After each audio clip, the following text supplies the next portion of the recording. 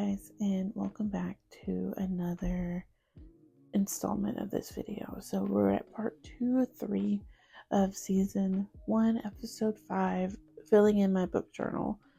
So in the last episode, I was going over my review for The Witch and the Vampire. I was telling you how forgettable I found this book and how much that I usually give a book that I find forgettable 3 stars.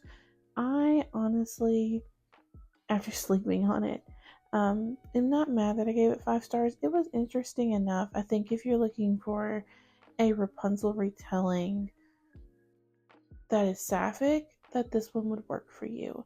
I just truly, when I think back about it, I can remember enough of the plot lines. It wasn't something that I would write home about or rave about, to be honest. So maybe I should give it 4 stars. Who knows? Now we are on Undercover Bromance. This is the second one in the Bromance series, I think it's called. I picked it up, honestly, because it was available at the library, and I was driving to Dallas and needed something to read, and fell in love. I found the guys to be hilarious. I thought that Mac really did not understand what he was doing wrong, which I found adorable. I think that Liv is a firecracker of a woman who only softened up for her man, which I find honestly attractive. So it was a wonderful book. I think it's hilarious. If you've never heard the series follows a group of guys who are supposed to be like these macho men. They are famous athletes and entrepreneurs and restaurateurs. I think I'm saying that right. And in this one, we're following Mac. Mac thinks he has it all figured out. He thinks that he knows how to woo a woman. Spoiler alert, he doesn't. And the woman he is trying to woo doesn't want to be wooed, and she just wants him to be him, and he's going over the top with all these romantic gestures like, it's a playbook and it's not working. She breaks up with them on this very expensive date. He happens to run into his best friend's sister-in-law and gets her fired. She is so mad at him, and it turns into a whole thing. And yeah, his friends come together to read romance books to teach him how to be a better guy, basically. And all of them are them reading a romance book that happens to just tie in perfectly to what they're going through, and teaches them this lesson that's supposed to be how to basically love your woman the right way. And I find them honestly just adorable and a fun time when I'm in the mood for it. It reminds me why I have always thought that fictional masculinity is so much better than the reality of masculinity, because it takes a very special person to lay their masculinity down and let some of that femininity show, or at least what we consider feminine. And these men definitely do it. They not only have everything that a woman's looking for on the outside, but on the inside they're willing to say, I fucked up, let me try to fix this. Okay, so now we're at the Bromance Book Club, which is the first book in this series. I, again, loved this series. This is where it all started. So we're starting with Gavin and Thea.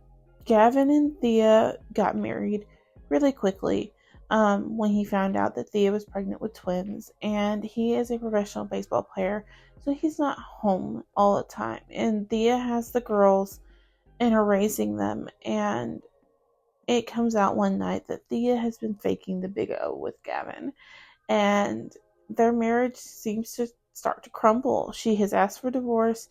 She realized that he's not understanding. He's not willing to listen. He blows up, which I think any dude would. He blows up at her, and not that he's It's not what he intended to do. It's not what he intended to, how he intended to react, but it's how he reacted. And Thea is just not with it. And the guys come together, and he gets let in on the book club. That's how we kind of get started with our main set of characters. And they start explaining to him what he's doing wrong and how he needs to date his wife. And honestly, I think it was cute. He tries everything. He genuinely tries to listen and learn. It takes him a minute, and it takes Thea a minute to realize that he's not just blowing smoke up her ass. He's genuinely trying to get to know her and trying to make things better and do better. And I think that's something that's hard for a lot of people to understand, that more people out here than we think don't do things with a agenda behind it. They don't think that deep into it. And when you meet the right person, it's like your brain goes out the window. You just do genuinely what comes natural. You don't have an alternative motive other than to make them smile. You don't have an alternative motive in how you move or what you do. You're genuinely just being you. And Thea has to learn that about Gavin as he's trying to do better and learn his wife and actually get to know what she likes, what she wants. It turns into this whole thing, and it's honestly adorable. And it reminds me that you can't be in the boat with someone who refuses to paddle with you. It's not going to work. If you're in a relationship where the other person's not putting the effort forward, they're not trying with you, it's never going to work. And it just sucks, because when I read this, Gavin and Thea definitely wanted to make it work. They both wanted to paddle. They wanted it, they wanted to be with each other. They loved each other. I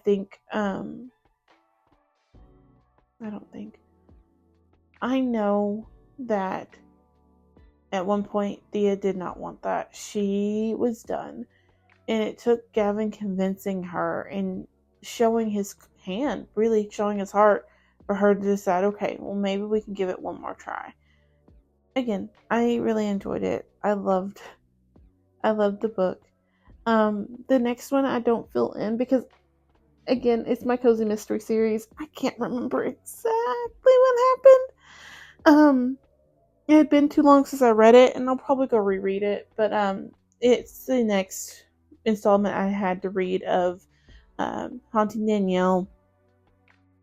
If you haven't watched my previous videos, that series is about Danielle who can see ghosts, and the other mediums that happen to live on a beach drive with her, and they're always seeming to come across a dead body that they need to figure out what happened. And I am definitely in a cozy mystery kind of era, and that's really all I've been reading. Next, I read Haunting Adeline. This book I've been going back and forth for a while on. I would start it and then stop. I would start and then stop. I think the one time I gave it a good try before this, I got to like page 150. And something in my mind, something in me was just like, there is no way Addie is this calm about being stalked. And it wasn't until I recently went through some shit that I was like, okay, wait a minute, I kind of get it. Just a little bit. I kind of get it just a little bit. If you've never heard you've never heard of this book, first off, I don't think you've been on Book Talk or BookTube, because it was everywhere at one time. It is a dark romance. It is a stalker romance, which I'm learning are my favorite. Something about your partner being obsessed with you to the point of touch her and die. I don't know what it is about it, but I love it. And it might make me a little twisted, but I don't really give a damn because I genuinely enjoy reading it. I don't know, like, not in real life, clearly, but I like reading it. So Adeline moves into her grandmother's old home. It has been in her family for a while. It's in the middle of nowhere. Her mother does not want her there. Her mother thinks she's fucking crazy for moving out there. And she is a writer, and so she writes, I want to say, don't quote me on this, but I believe she's a romance writer, actually. And her novels aren't talked about as much as obviously what's going on around her in this book. But she is in her grandmother's old house, and she happens to come across her great grandmother's diary. And so you're getting to read her great grandmother's writings, and you learn that she was murdered in the home back way when, and they never figured out exactly who did it. They all thought her grandfather did it. Her mother did not think her grandfather did it. And Addie now has decided that she wants to figure out who killed her great grandmother, if she can, and what exactly happened to her. Plus, she is now getting messages and flowers from a stalker, and she does not know who he is. He tells her, if you let anyone else touch what's mine, they're going to die, and he does. He has killed someone already. Addie is freaking out because she thought this was going to be a fun one-night stand that turned into murder. A murder investigation of a mobster at that. Like, the dude he killed was not just some Joe Smo off the street. He was a mobster.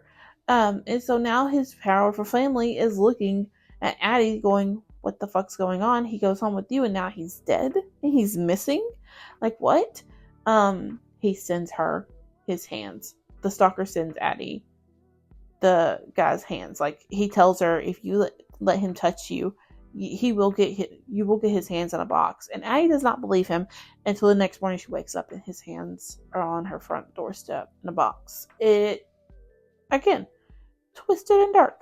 But did I love every minute of it? Yes. Again, it's something about the she's mine, touch her and die, that just the protectiveness of it makes me smile every fucking time. And I swear to you, I will read anything about any of them. I actually just finished another stalker romance by Katie Robert. Wicked Pursuit, that I absolutely loved. I don't think I feel that one in these videos, but I loved it. Something about stalker romance I enjoy. I don't know what it is. I enjoy it. Like Lights Out. I can't remember who that's by. Nessa Allen. That one I enjoyed. It's more of a mask romance though, so take that with what you will. But what I'm doing here is I'm adding 2 quotes that I absolutely loved. It says, "Let me know what stars you prefer. The ones above you or the ones I make you see." They end up in a solarium, or a sunroom, whatever you want to call it, where it's obviously glassed in, but it's all windows. And so he says that to her. And then the other one is, I can't even read it here, and I don't have my journal in front of me. Oh, it's "Baby, it's your kingdom. I'm just here to serve you," I believe. Don't quote me on that, because Addie really thinks that he's going to hurt her or something of that nature. And he's like, no, don't you realize, like, you're the one thing I don't want to hurt. You're the one thing that you rule this kingdom. I'm just your lackey, basically.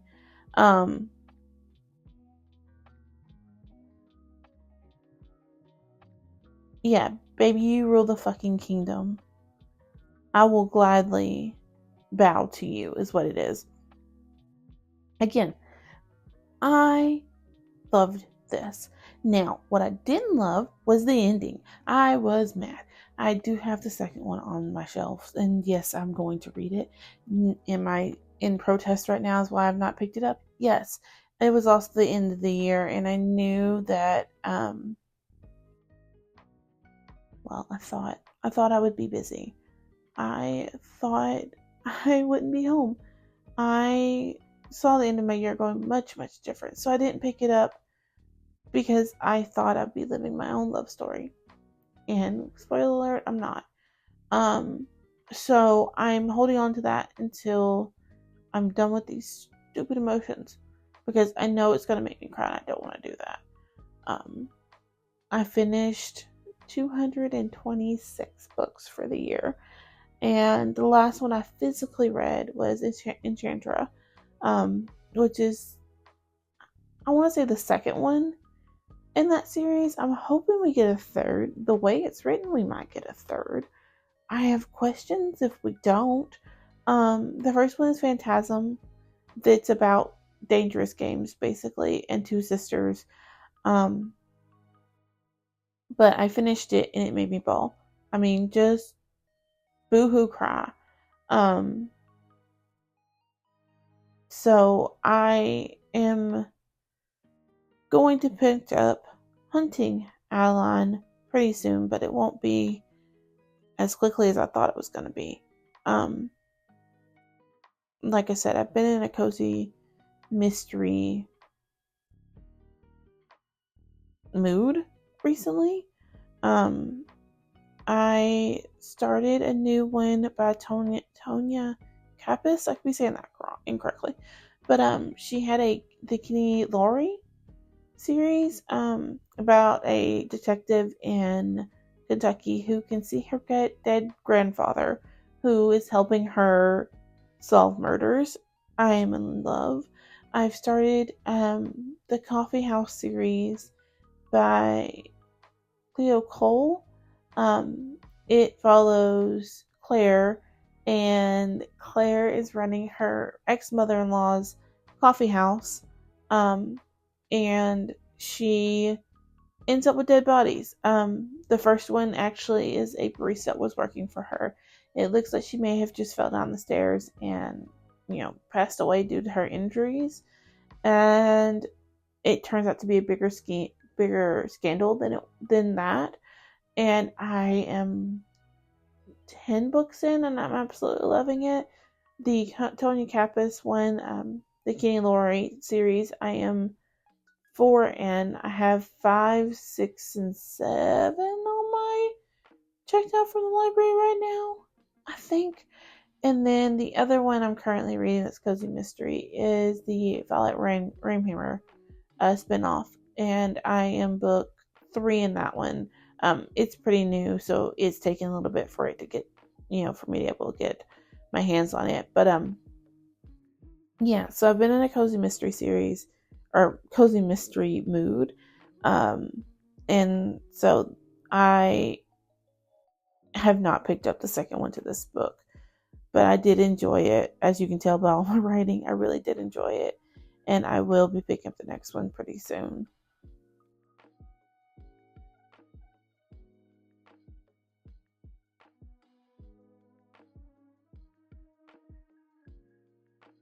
Okay, I think next is a couple more like cozy series that I have read.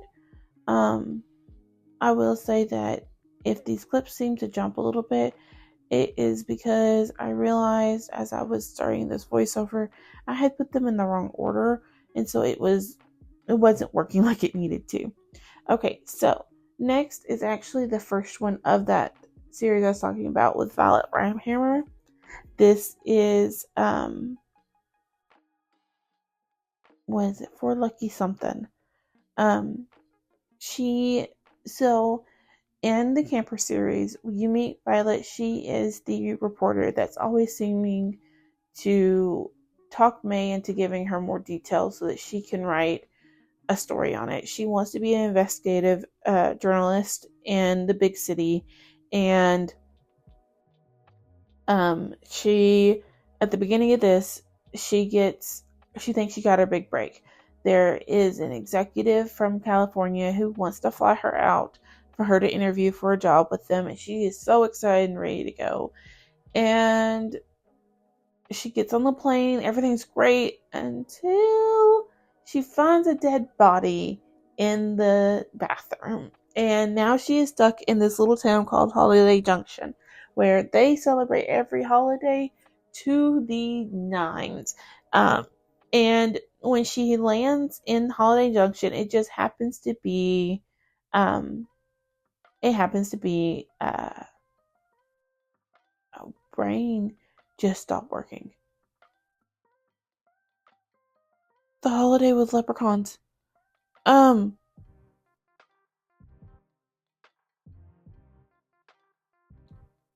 can't think of what it's called. It's gone. It's the 4-leaf clover, little leprechauns. Somebody's yelling it at me. But anyways, they're celebrating that holiday, and now she has to solve this murder before she can leave to go to California. However, the problem is the sheriff in this town doesn't want her solving it. And no one really wants to give her any information either. She calls May for help, and May said, just go around and talk to everybody like you would back home. Like, just have a conversation with everybody involved. That's all you have to do. And so Violet decides that she's going to solve this murder so that she can get out of this little town and go to California for her big dreams. It is so good and cute. I love the Camper series. First off, I love our laundry mat ladies. And I could not stand Violet in that series. In this one, you get to know her a little bit more and understand she's just ambitious. She's looking for her big break. She just wants to do more with her life than what she's already doing, and she's might not go about it the right way, but she's trying to do the best she can. And I can understand that. Yeah. So, like I said, she finds a dead body in the bathroom. It turns out to be a member of this community that she has found. And now she has to go through some family secrets to discover exactly what happened and how he ended up dead on the plane. There is another body that she comes across, and she has to go into town secrets, and she ends up staying in Holiday Junction. So, this is number 3 for recording this. Violet ends up staying in Holiday Junction for St. Patrick's Day. She thinks she's going to leave, and the guy she meets when she comes out of the airport, his great aunts happen to run the local newspaper there, and they offer her a job, and she ends up taking it. And so she's writing her own newspaper. She still wants to go to California to live her big life, but she does take the job from them. Then she also finds a second body. There's town secrets that come up. I mean, it's all kinds of crazy. What do you expect from a cozy mystery? If you're looking for a whodunit with a amateur detective, Tonya Kappas is your woman. I have read, like I said, no, I didn't say. I have read 3 series from her so far. I've read the Tony Lowry series, which I absolutely love, the Camper series, and now this one. Any cozy she writes, I will be reading. I genuinely don't want to record this again. I'm tapped out. I'm frustrated because it keeps crashing. So I'm gonna leave you to the music and let you finish watching me fill this in. I'm posting this on Saturday, and then the part 3 will be up on Monday, and then you'll get my January plan with me, or my journal, my setup for this journal, and the flip through for my bullet journal on Friday, the 10th, no, the 9th of January. Yes, so you're getting this one on the 3rd. You'll get the next installment of this episode on the 5th, and then on the 9th you'll get my flip through. But I'm gonna leave you to the music because I don't want you to hear how frustrated I really am. So I'll catch y'all on the next one. Bye guys.